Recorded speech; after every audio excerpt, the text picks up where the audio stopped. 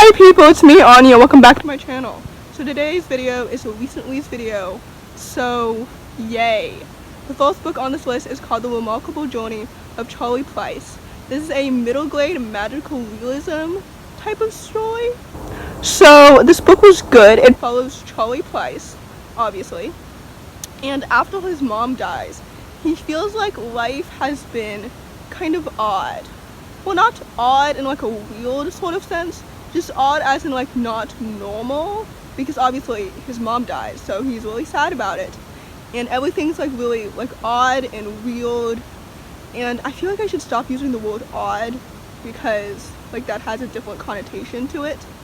Anyway, until his sister brings him to a portal that leads to a parallel world with ours, and his mom is there. And you're probably thinking, what? His mom is dead. So this book was solid. I genuinely didn't know what was going to happen next, so that was really interesting. This story's plot reminded me of A Wrinkle in Time, so if you enjoyed that story, I think that you would enjoy this one as well, because it was just so good. I liked the themes, I thought it was very cool. It was just a good book, so I ended up rating it 3.5 stars. The next book on this list is called Faith Taking Flight, written by Julie Murphy. This is a YA urban fantasy. It is not a graphic novel. I know that the cover kind of makes it look like a graphic novel, but it's not. Anyway, this follows a plus-size queer superhero, and it's set like in modern day, so it really reminded me of like a sapphic knockoff of kind of The Extraordinaries or something like that. So overall, I rated this book 3 stars. I like the representation. I love plus size like body positivity books. I love like queer positivity books as well. That was really cool. What I didn't really enjoy is like the superhero aspect of it. I don't really like superhero stories that are set in modern day, because I feel like that tone just gives it like a more like juvenile tone, and this book is supposed to be YA, so I don't know, I just felt like it didn't really fit what I was really expecting. So overall, I would say that this is Julie Murphy's like worst book. That sounds really harsh, but really I just prefer all of her other books over this one, and I felt like the concept of this book is really intriguing, but the execution honestly fell short. And honestly, like the end game romance, how that ended kind of rubbed me the wrong way. I feel like I can't say anything more on that because I would spoil like the whole story, but I just didn't really enjoy that, so that's why I rated it 3 stars and not like 3.5 or anything. The next book on this list is called Cinderellas Dead, written by Kalyn Bayron. This is a YA fantasy, and it's a sapphic retelling of Cinderella, I believe. I didn't like this book, to be quite honest. I didn't love it. Well, saying I didn't like it is kind of like an overstatement, because I did like it. I did. I rated it 3 stars. I could have rated this book 2 stars.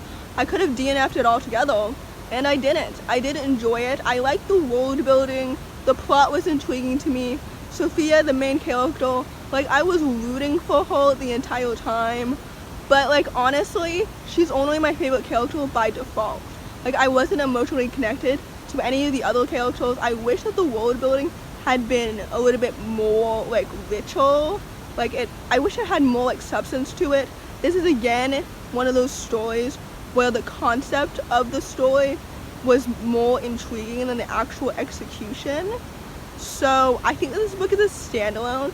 Thank goodness, because if there were sequels, I wouldn't want to continue the series.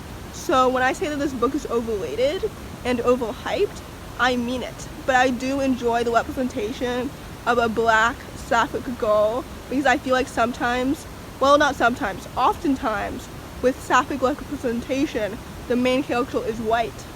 And I feel like this book opened a door that should have been opened honestly ages ago for more black sapphic woman.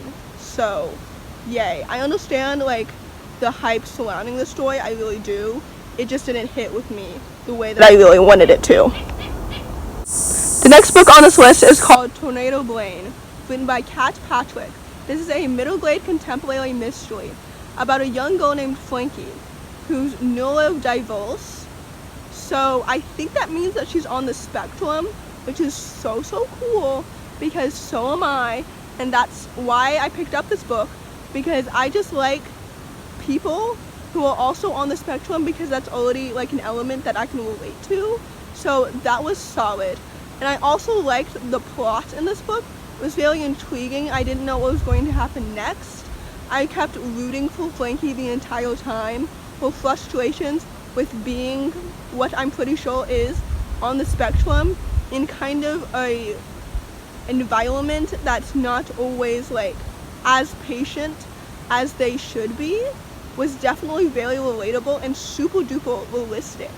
Because honestly, I feel like there are so many like people out there who are neurotypical who don't really understand us, and they don't really take the time to do that, and they should. Anyway, this book was solid. It was good. The representation brought it home. However, I would say that this book didn't have more than just the representation carrying it, and I think that diverse books should have more than just the representation like bringing the bulk of the story. So like Cinderellas Dead, I understand why this book is so hyped up. I just don't agree with said hype. The last book on this list is called Today, Tonight, and Tomorrow, written by Rachel Lynn Solomon. This follows two rival overachievers whose relationship changes over the course of 24 hours. So I really enjoyed this book. I wasn't really expecting to, because I read Rachel's like previous book, You'll Miss Me When I'm Gone, earlier this year, and I also rated that book 4 stars. So normally when I rated like their first book 4 stars, what happens is that I rate like the second book that I read by them a lower rating. So I really wasn't expecting to rate this book 4 stars as well. It was just so good. I love this trope of like academic rivals to lovers. It's like enemies to lovers, but like better, because it's just so good. It was so cute. This is a YA contemporary story. I don't know if I said that earlier, but it's just so cute. The only thing that I would have changed about this story is that it's only set in one perspective, and I wish that it was set in both of their perspectives, just so that we could see like more. I just really like this book. The relationship was so cute, and I was expecting it to be like cheesier, but like it was just so cute and so lovely and so wonderful. And they're also both Jewish, so I love that Jewish representation. I feel like most contemporaries that I read are secular, so I love having that like extra religious representation. It was just so wonderful, so great. Please read this book because it's absolutely so good and a little bit underhyped, so please give it more hype. So in conclusion, in today's video, the highest rating book that I read was definitely Today, Tonight, and Tomorrow. It was so good, and I would totally recommend it. The lowest rating book on this list was Faith Taking Flight, so I would not recommend that book. So anyway, if you enjoyed this video, please give it a thumbs up, comment down below why you enjoyed it. Thanks for watching, and subscribe to my channel if you're new. Bye! See you next time.